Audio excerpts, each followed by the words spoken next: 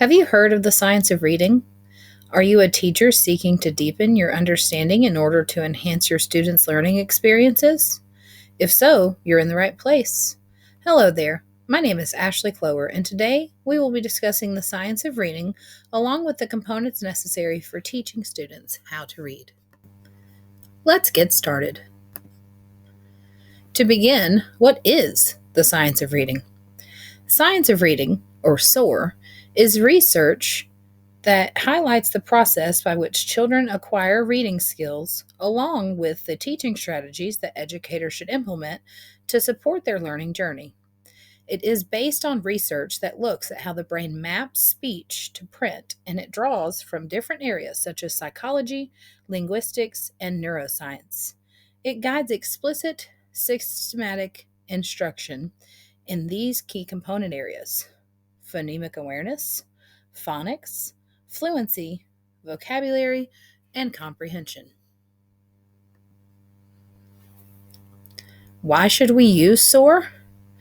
That's because despite the strides made in scientific research that have expanded our understanding of how reading is acquired and develops, there's still a profound disconnect between these findings and the application of evidence based methods in reading assessments and instructions within schools.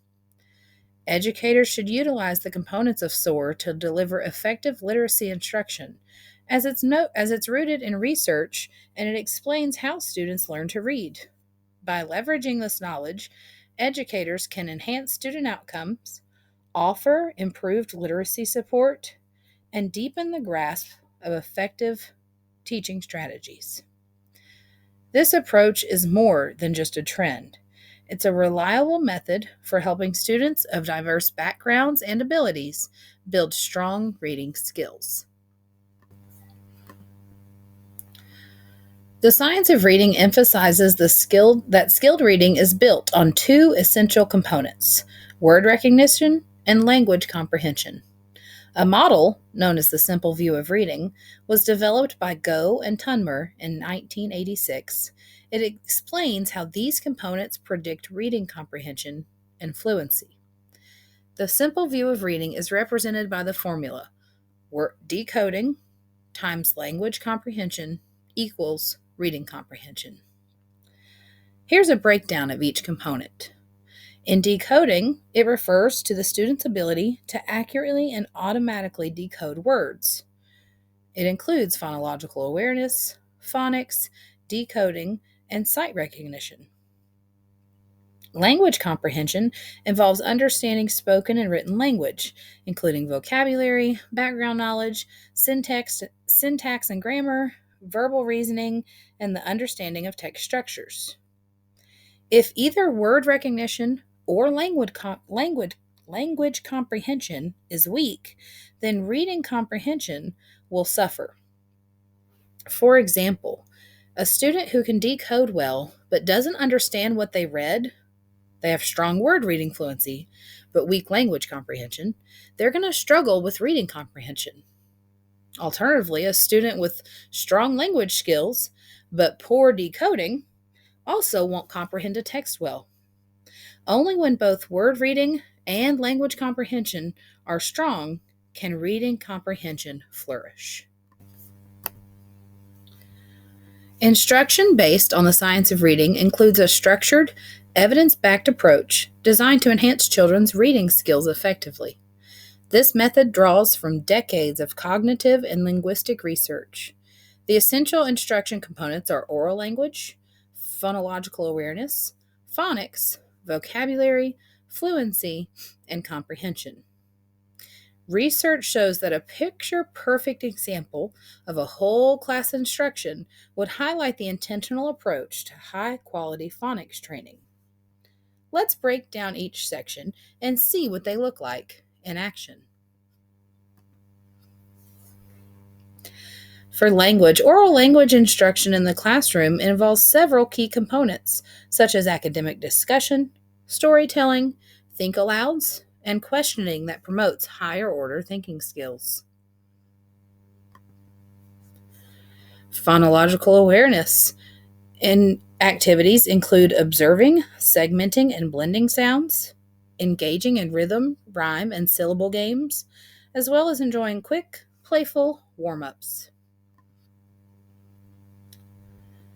Phonics exposure to a systematic phonics routine includes reviewing familiar graphemes, introducing a single new pattern, blending and reading words in a controlled manner, reading sentences and short text, and spelling through dictation. For vocabulary, students can significantly expand their vocabulary by engaging with Tier 2 words, which includes pre exposure to words in upcoming text, exploring meaning and morphology by delving into the meaning, structure, and usage of words, or by revisiting words, encountering them in a variety of contexts.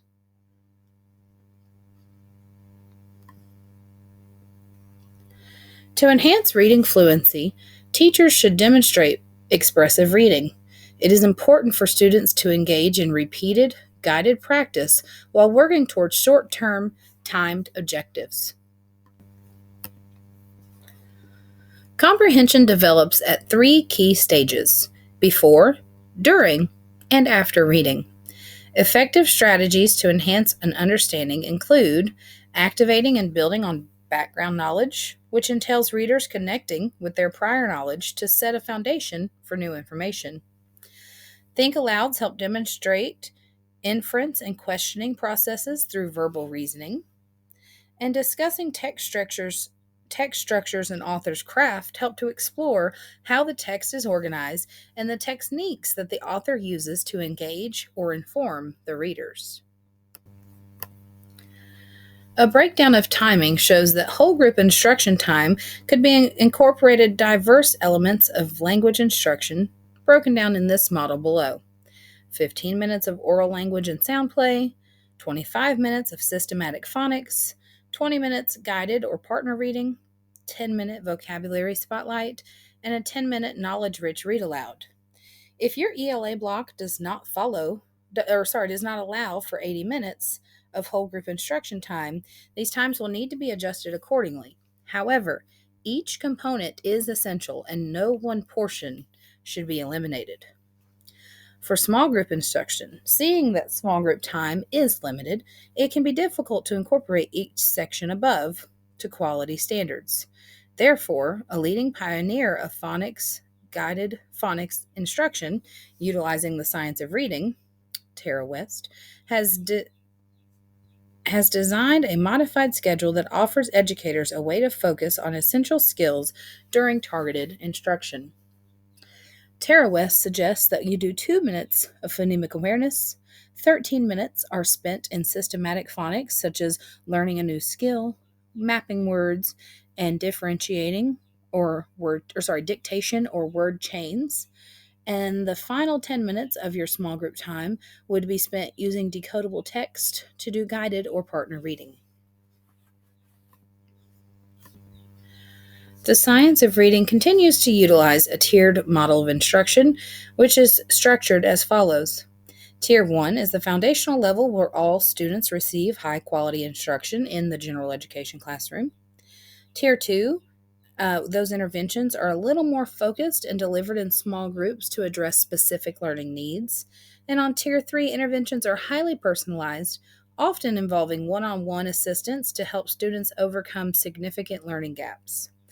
This model ensures that each student receives the appropriate level of support based on their unique learning needs.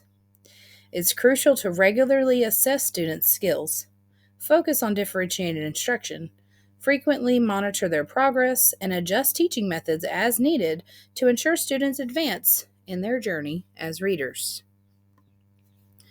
Some tools that you may use in addition to your curriculum resources are a sound wall, many posters explaining the morphology of words, fluency graphs, and growth charts. To conclude, the science of reading is not a program. It is a mindset rooted in scientific principles. Consistent and explicit instruction is crucial for enabling literacy for everyone. And with the right tools and strategies, every teacher can be a literacy teacher. Now it's time to reflect. What are some things that excite you about science of reading? What challenges do you foresee with implementing these changes in your classroom? How do you want to be supported through that implementation?